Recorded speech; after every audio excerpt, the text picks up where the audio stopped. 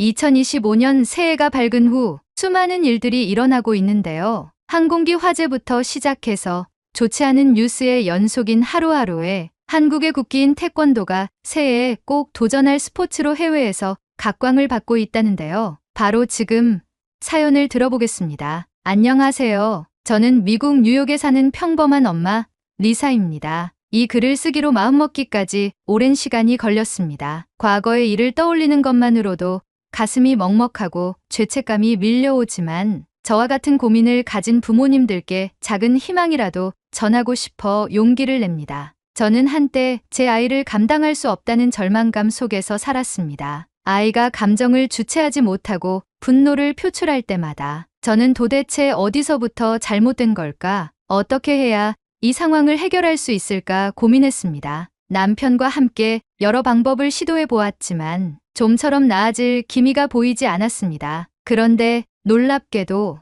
우리 아이는 한국의 태권도를 배우면서 완전히 달라졌습니다. 이 변화가 어떻게 가능했는지, 어떤 계기로 시작되었는지, 그리고 태권도가 우리 가족에게 어떤 의미가 되었는지를 전하고 싶습니다. 제 아들, 에단이 7살이던 때를 떠올리면 아직도 가슴이 먹먹해집니다. 에단은 어릴 때부터 감정 기복이 심한 편이었습니다. 하지만 7살이 되면서 그의 분노는 통제할 수 없을 정도로 심각해졌습니다. 자기 뜻대로 되지 않으면 울면서 물건을 던지는 일이 반복되었고, 때로는 손으로 벽을 치거나 바닥에 드러누워 소리를 지르는 일도 있었습니다. 처음에는 단순한 떼쓰기라고 생각했습니다. 하지만 그 행동은 점점 더 격해졌고 심지어 다른 사람에게까지 영향을 미치기 시작했습니다. 에단은 또래 친구들과 어울리는 것조차 어려워했습니다. 그의 분노는 단순히 가정 내에서만 나타나는 것이 아니었습니다. 친구들과 놀다가도 자신이 원하는 대로 되지 않으면 금세 화를 냈고 심지어 친구들을 밀치거나 주먹을 휘두르는 일도 있었습니다. 어느 날 학교에서 전화가 걸려왔습니다. 부모님, 에단이 오늘 친구를 때렸습니다. 피해 학생의 부모님이 매우 걱정하고 계세요. 저는 전화를 받으며 당황스러웠습니다. 에단이 집에서 감정을 조절하지 못하는 건 알고 있었지만 학교에서도 같은 문제가 생긴다는 건 심각한 일이었습니다. 학교에서 돌아온 에단에게 이유를 물었습니다. 하지만 아이는 오히려 저에게 화를 내며 말했습니다. 엄마, 그 애가 내 장난감을 빼앗으려고 했어.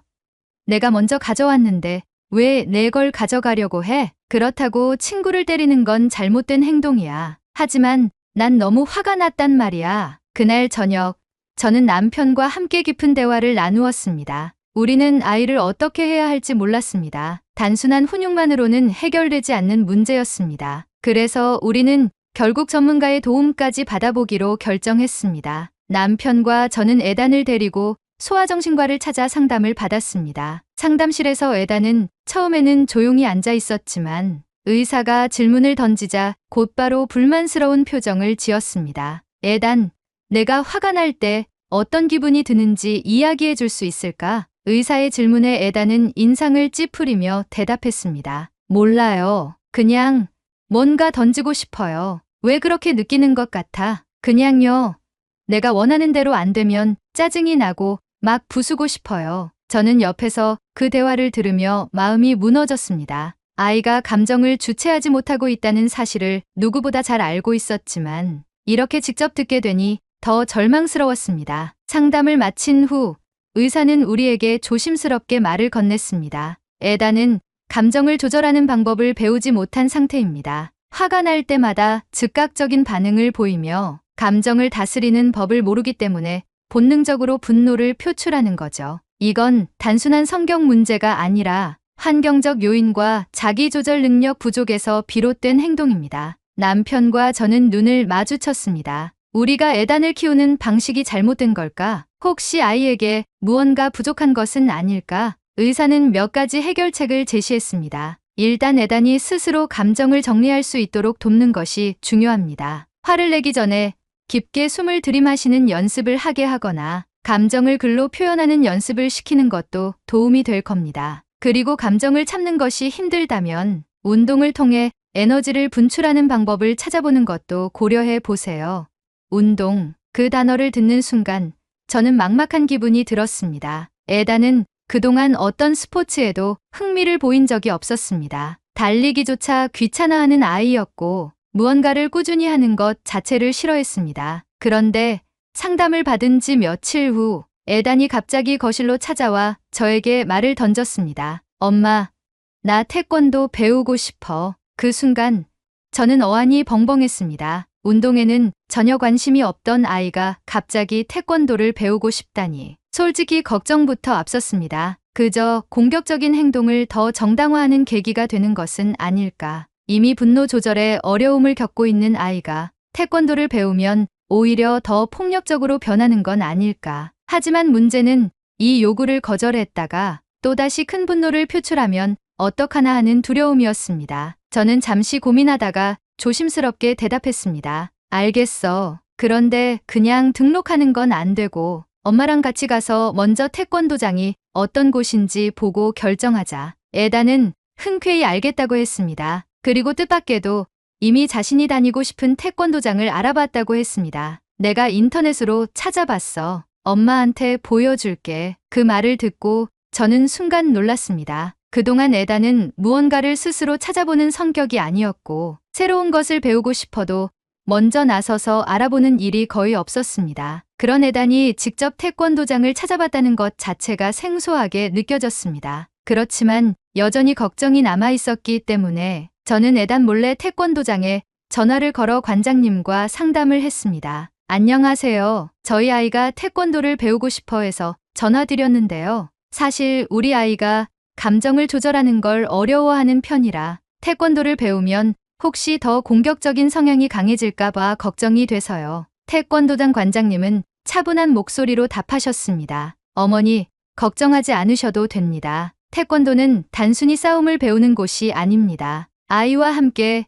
도장에 한번 방문해 보세요. 어떤 분위기인지 직접 보시고 결정하셔도 늦지 않습니다. 관장님의 말에 저는 약간 안심이 되었습니다. 그렇게 다음 날 에단이 하교하는 시간에 맞춰서 에단을 태운 후 태권도장으로 향했습니다. 차 안에서 에단은 잔뜩 들떠 있었습니다. 에단의 들뜬 모습을 보면서도 저는 여전히 걱정스러웠습니다. 태권도를 배우면서 아이가 더 공격적으로 변하면 어떡하지? 혹시라도 다른 아이들을 다치게 하면 어떡하지? 하는 생각이 머릿속에서 떠나질 않았습니다. 그렇게 저와 에단은 태권도장에 도착했습니다. 그리고 이때까지도 저는 몰랐습니다. 이 선택이 우리 가족을 변화시킬 거라는 것을요. 태권도장에 도착하자 에단은 문이 열리기도 전에 차에서 내려 뛰어갔습니다. 그동안은 늘 귀찮아하고 시큰둥한 반응을 보였던 아이였기에 그렇게까지 적극적으로 움직이는 에단을 보니 신기하기도 했습니다.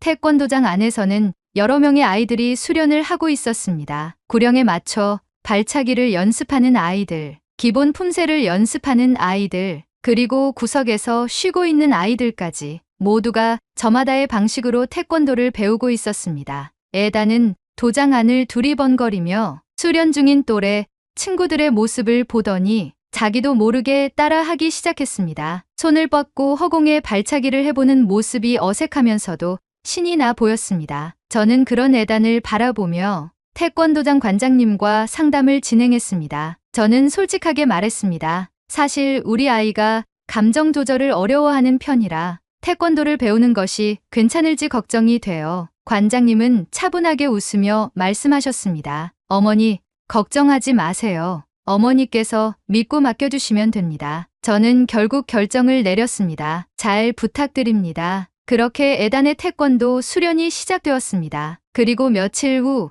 저는 상상하지 못했던 놀라운 변화를 목격하기 시작했습니다. 에단이 아침에 나갈 때 문 앞에서 갑자기 90도로 고개를 숙여 인사를 하는 것이었습니다. 엄마, 다녀오겠습니다. 이전까지는 인사도 없이 문을 열고 뛰쳐나가던 아이였습니다. 그런데 이제는 스스로 예의를 지키려는 모습이 보였습니다. 그뿐만이 아니었습니다. 에단은 부모님을 도와 집안일을 거들기 시작했습니다. 청소를 할 때 물건을 들어주기도 하고 정리정돈도 하기 시작했죠. 예전 같았으면 물건을 들어 올릴 때마다 조마조마했는데 조심히 물건을 들어 옮기는 에단의 모습에 어안이 벙벙했습니다. 화를 내는 횟수도 줄어들었고 태권도장에 가는 날을 손꼽아 기다리는 모습을 보였습니다. 남편과 저는 이런 변화를 반가워하면서도 한편으로는 믿기지 않았습니다. 태권도가 에단을 바꾼 걸까? 우리는 아직 확신할 수 없었지만 분명한 것은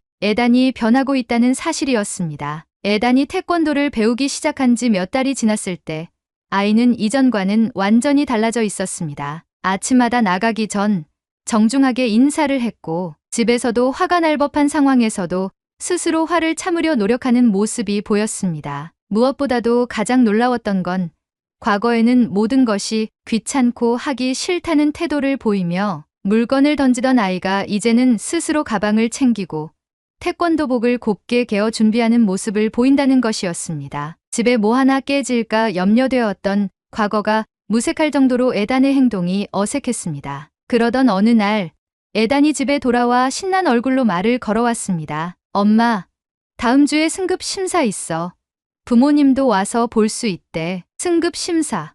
그게 정확히 뭐야? 태권도에서 다음 단계로 올라가기 위해 심사를 보는 거야. 그동안 배운 기술이랑 품새를 보여주고 심사에서 통과하면 새로운 벨트를 받을 수 있어. 에단은 눈을 반짝이며 설명했습니다. 저는 에단의 태도가 너무나도 달라진 것이 신기하기도 하고 한편으로는 이런 모습이 얼마나 지속될지 의문이 들기도 했습니다. 엄마랑 아빠 꼭 와야 해.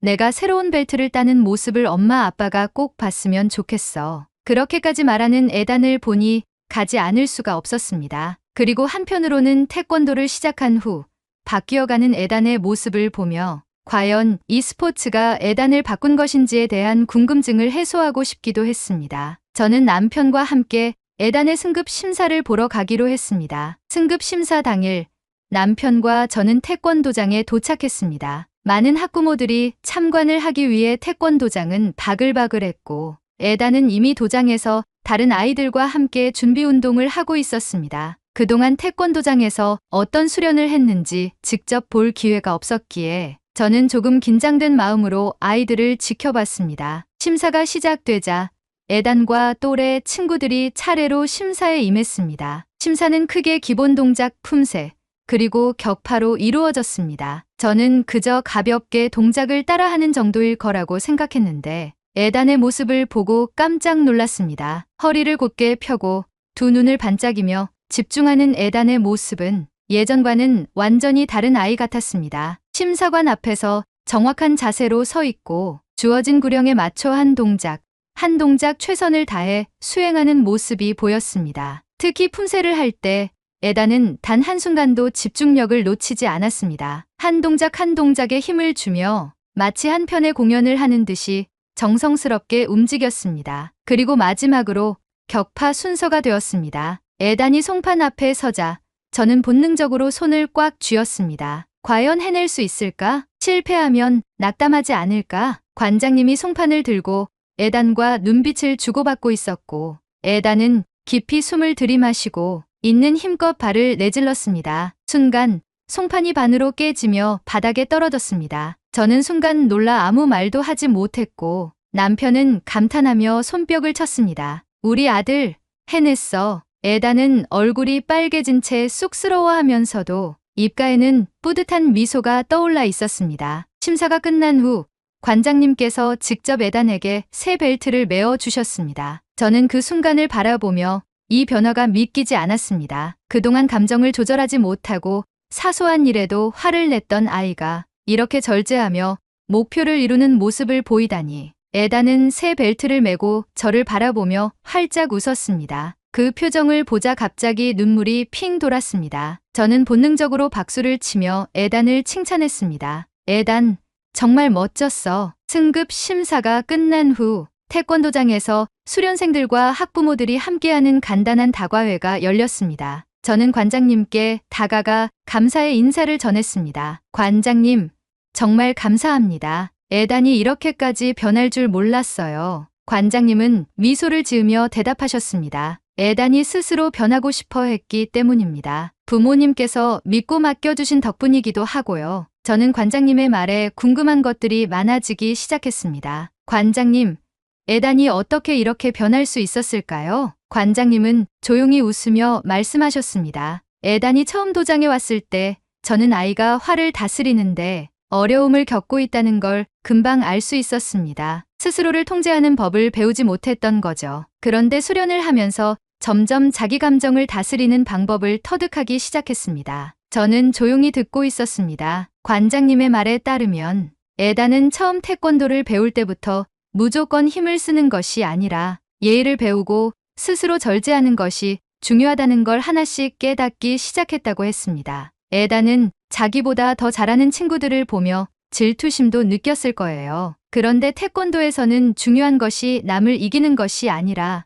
자기 자신을 통제하고 성장하는 과정이라는 걸 깨달았을 겁니다. 저는 관장님에게 물어보았습니다. 그럼 태권도는 단순한 운동이 아니라 정신과 육체를 함께 수양하는 무술인가요? 저는 혹여나 에단이 폭력적으로 변하지 않을까 하던 걱정을 했었잖아요. 그런데 이렇게까지 놀랍게 바뀐 모습에 너무 놀랐거든요. 그러자 관장님은 벽에 걸린 한국의 국기를 보며 말을 이어갔습니다. 태권도의 기본 가르침에는 여러 덕목이 있습니다. 예의 바르게 행동하고 공평하고 예술적인 경기를 펼치며 자기 통제를 유지하고 노력과 인내를 가지고 수련하는 무술이죠. 저는 모든 수련생들에게 이 덕목에 대한 중요성을 계속해서 강조했을 뿐입니다. 이것은 태권도뿐만 아니라 삶에서도 중요한 가치이기 때문이죠. 에단에게도 자기 통제와 노력, 인내를 수련하라는 말만 전달하니 스스로 깨우친 것 같더라고요. 저는 관장님의 이야기를 들으며 이 변화가 결코 하루아침에 이루어진 것이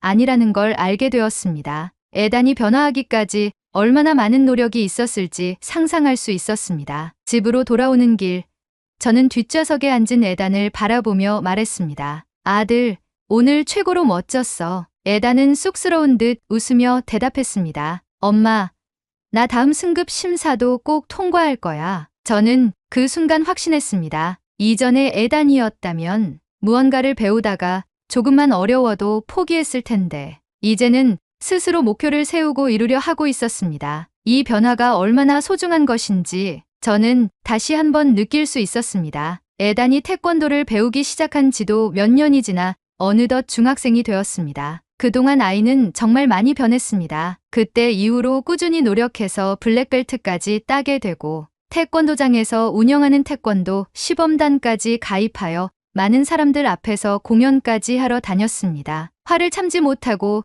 사소한 일에도 분노를 표출하던 아이가 이제는 스스로 감정을 조절할 줄 아는 사람이 되었습니다. 그리고 지금 에단은 태권도 선수를 준비하고 있습니다. 한때 감정 조절이 어려워 친구들과 자주 싸우던 아이가 이제는 태권도를 통해 스스로를 단련하고 삶의 목표를 찾아가고 있습니다. 최근 저는 에단과 대화를 나누다가 깜짝 놀랐습니다. 그동안 태권도를 꾸준히 해왔지만 정작 저는 에단이 태권도를 왜 좋아하는지 그리고 태권도를 통해 무엇을 배웠는지 깊이 물어본 적이 없었습니다. 어느 날 저녁, 에단과 함께 저녁 식사를 하면서 저는 조심스럽게 물었습니다. 에단아, 너는 태권도가 왜 좋아? 에단은 잠시 고민하더니 천천히 입을 열었습니다. 엄마, 나 어릴 때 화를 참지 못했잖아. 그때 나는 조그마한 일에도 화가 나고 다른 친구들에게 불만이 많았어. 그러다가 태권도를 배운 한 친구를 만났어. 그 친구가 내게 맞서지 않고 오히려 고개를 숙이며 사과를 했어. 그 순간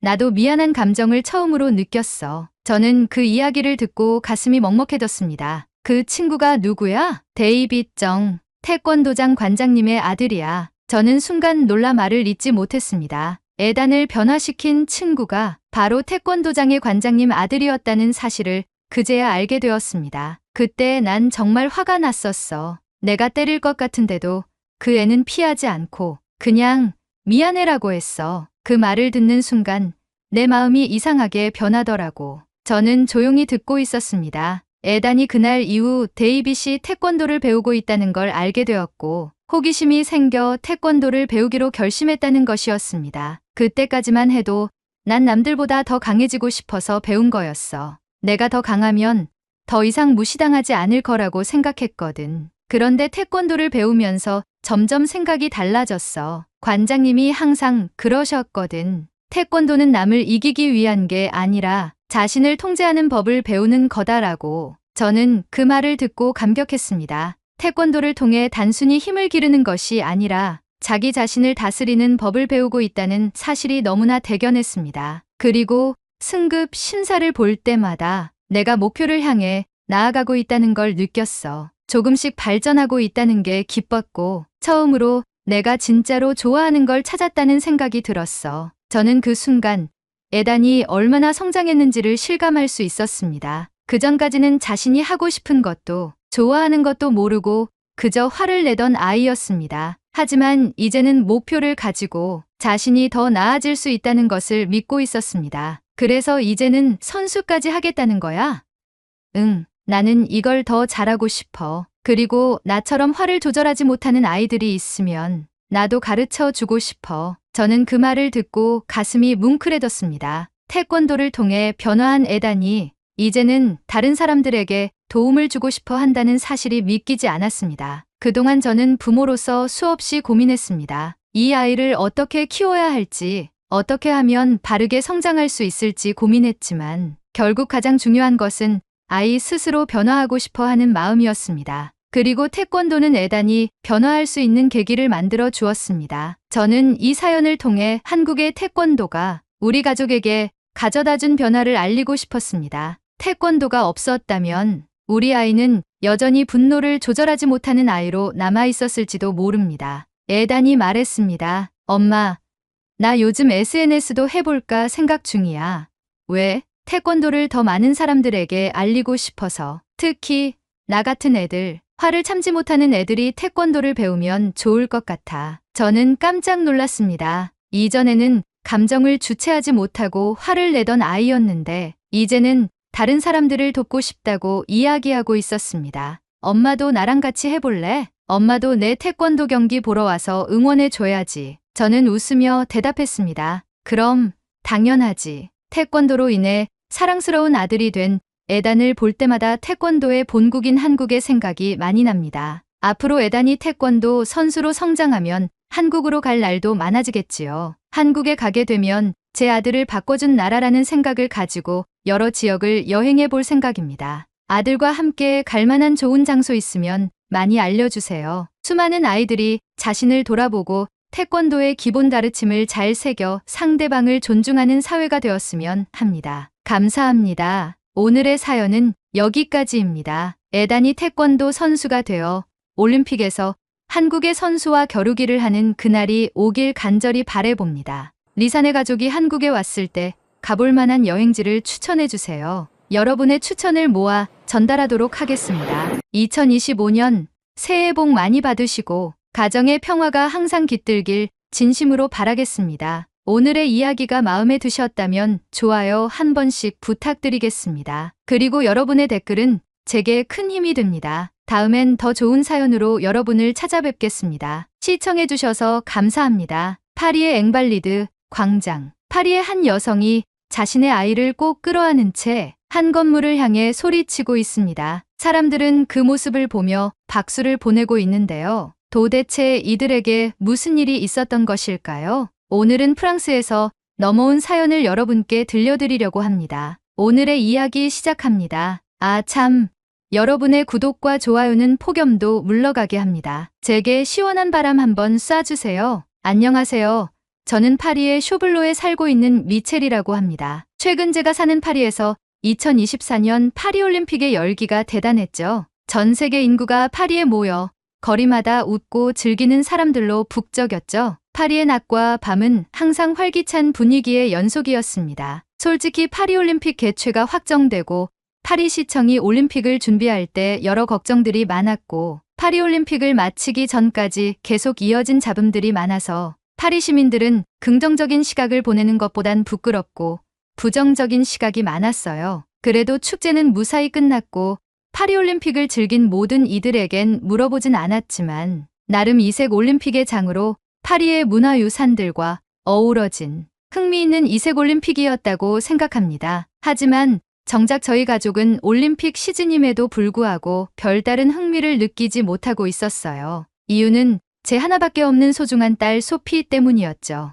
소피에게 사춘기가 찾아와서 저와 제 남편과 함께 보내는 시간보다는 혼자 있는 시간을 더 선호했거든요. 소피가 어릴 적 저희와 함께 소풍도 가고 파리 외곽으로 캠핑도 다니며 좋은 시간을 보냈었는데 사춘기로 인해 급격히 차가워진 소피에게는 저희 부모는 안중에도 없고 방에 틀어박혀 혼자만의 시간을 보냈죠. 가끔 밤늦은 시간에 친구들이랑 놀 거라고 나가려고 하는 모습에 제 남편이 늦은 밤에 파리거리는 위험하다고 호통을 치는 바람에 저희 부부와 소피와의 거리는 더 멀어졌죠. 소피는 저희 눈치를 살피는 건지 그 이후로는 나가겠다고 말을 하지 않았지만 방 안에서 음악을 크게 틀어놓고 컴퓨터에만 빠져있는 소피에게 말도 붙이지 못했습니다. 그리고 이번처럼 파리올림픽이 개최된다는 말에 저희 부부는 올림픽을 기회로 가족이 함께 시간을 보내길 바랐지만 소피는 운동에 전혀 관심이 없다고 말하며 우리의 제안을 단호하게 거절했어요. 그날 이후로 저희 부부는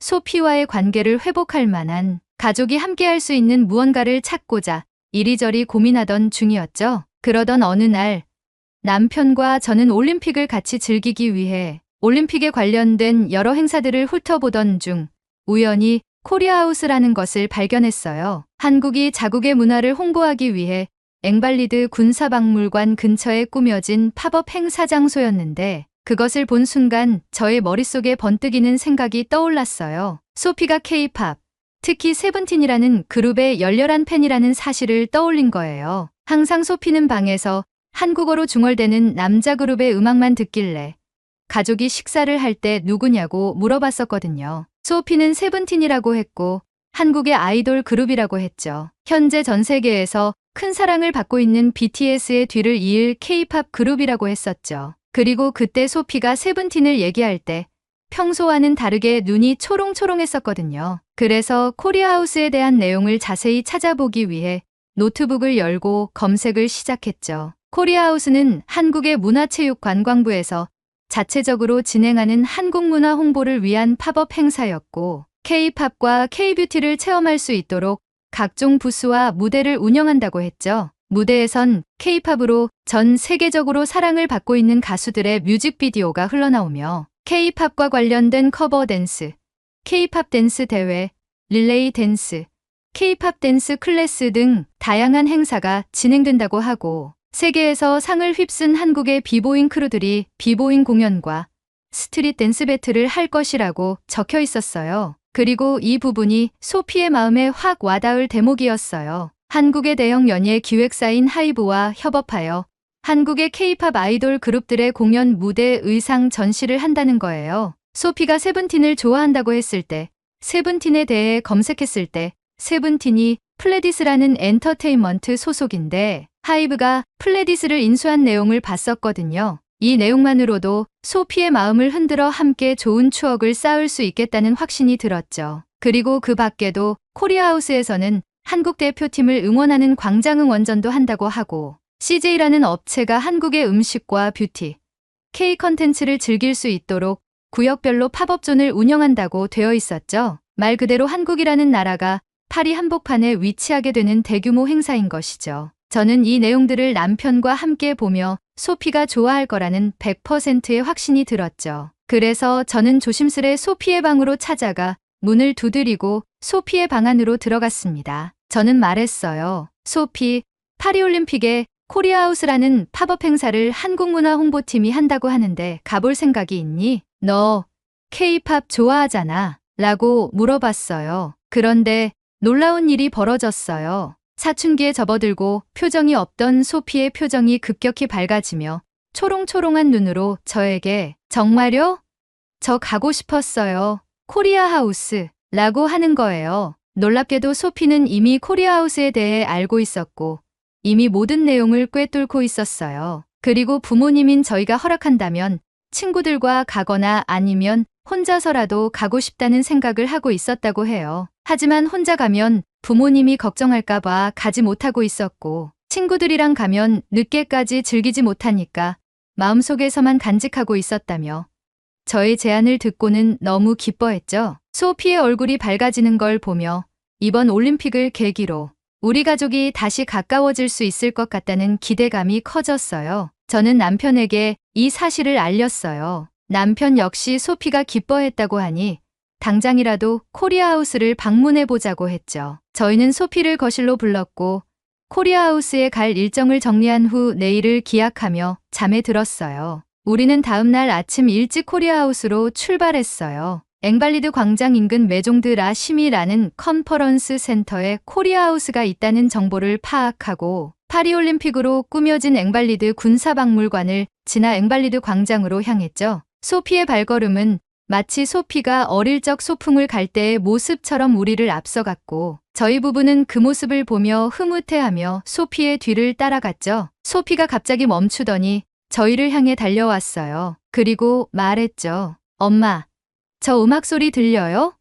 한국의 K-팝이에요. 소피는 신난 표정으로 저희에게 말하고 다시 음악이 들리는 곳으로 뛰어갔고 저희는 소피를 따라 달리기 시작했어요. 마침내 광장 인근에 위치한 코리아하우스에 도착하였고 한국의 국기가 걸려있고 한국의 문양으로 구성된 플래그들이 우리를 맞이했죠. 파리 도심 한가운데에 한국의 문화를 알리기 위해 꾸며진 이 특별한 공간에 들어서자마자 소피는 눈이 반짝였어요. 입구부터 한국의 전통 문양으로 화려하게 장식된 아치형 문이 있었고 그 문을 지나면 파리올림픽에 출전하는 선수들을 향한 응원 문구와 팀 코리아라는 영어가 적혀 있었죠. 붉은색과 푸른색으로 내부를 꾸민 코리아하우스의 로비는 강렬한 인상을 심어줬어요. 소피는 한국어와 한국의 문양들, 색감이 익숙한 듯 여기저기 둘러보며 코리아하우스의 입구부터 한국 문화를 즐기기 시작했죠. 코리아하우스는 단순히 한국의 문화를 소개하는 것에 그치지 않고 방문객들이 직접 체험할 수 있는 다양한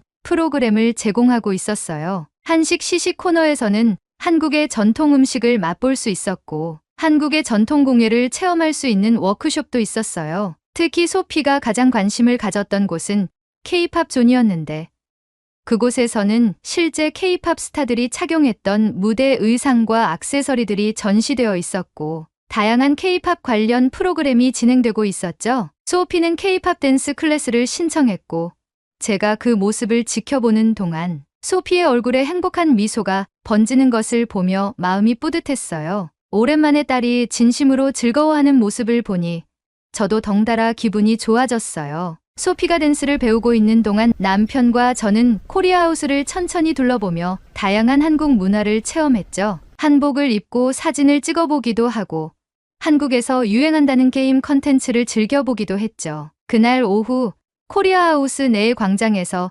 한국 펜싱 경기의 생중계가 시작됐어요. 남편과 저는 자연스럽게 그 자리에 앉아 경기를 보기 시작했어요. 그런데 경기가 진행될수록 코리아하우스의 분위기가 점점 뜨거워지더군요. 한국의 남자 펜싱 선수가 금메달을 걸고 결승전을 치르고 있었기 때문이었어요. 소피도 K-팝 존에서 나와 저희와 함께 경기를 관람하기 시작했죠. 그런데 경기가 끝나고 금메달을 따낸 한국 선수가 카메라에 클로즈업 되는 순간 저와 소피는 그만 넋을 놓고 말았어요. 그의 이름은 오상욱이라는 선수였는데 그의 잘생긴 외모와 자신감 넘치는 미소가 너무 인상적이었거든요. 소피와 저는 그 순간 한국의 펜싱 선수에게 완전히 빠져버렸어요. 남편은 헛기침을 하며 우리를 쳐다봤지만 저와 소피는 전혀 개의치 않고 그 선수와 한국 팀을 열렬히 응원하기 시작했죠. 그 후로 저희는 한국의 매력에 더욱 빠져들었어요. 그 이후로 소피가 코리아하우스를 가자는 얘기를 아침마다 저희에게 하며 한국의 문화와 한국의 스포츠에 빠진 모습을 많이 보여주었어요. 저와 남편은 소피와 좋은 추억을 위해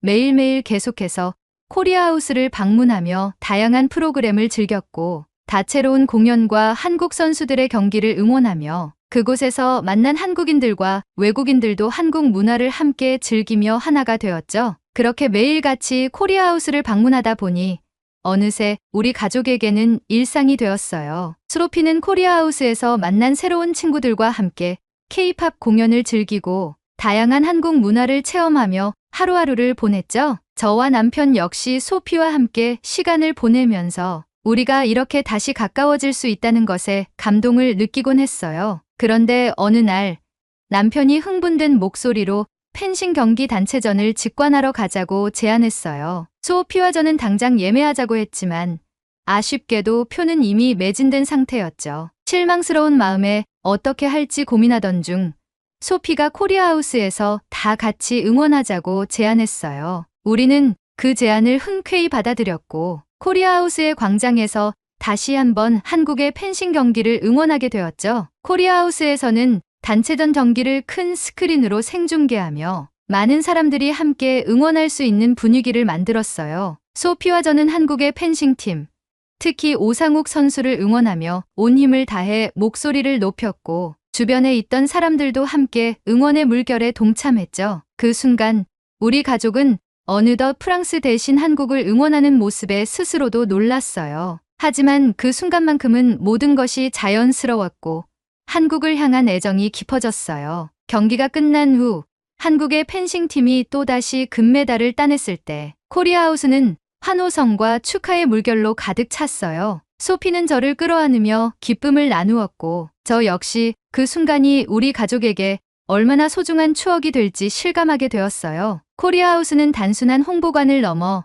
사람들을 하나로 연결해주는 특별한 장소라는 것을 깨달았어요. 그 후로 저희는 코리아하우스에 대한 생각을 멈출 수가 없었어요. 그곳에서 보낸 시간들은 단순히 한 나라의 문화를 체험하는 것을 넘어서 가족 간의 관계를 회복하고 새로운 추억을 쌓는 소중한 순간들이었어요. 코리아하우스는 저희 가족에게 너무나도 특별한 추억을 쌓게 해주는 소중한 장소가 되어버렸죠. 소피와의 거리감이 어느새 사라졌고 우리는 한국이라는 나라를 통해 더 가까워질 수 있었죠. 자국인 프랑스를 응원하는 것보다 한국 선수들의 투지를 응원하는 데 집중하였고 선수들의 경기 일정을 찾아보는 지경까지 이르렀죠. 코리아하우스에서 경기를 관람하는 전 세계 다양한 인종들은 한국이라는 하나의 교집합으로 열띤 응원을 했어요. 선수들이 아쉬움에 탄식할 때 우리도 같이 탄식하고 메달의 기쁨에 눈물을 흘리면 감정에 동화되어 같이 눈물을 흘리기도 했죠. 소피는 저희에게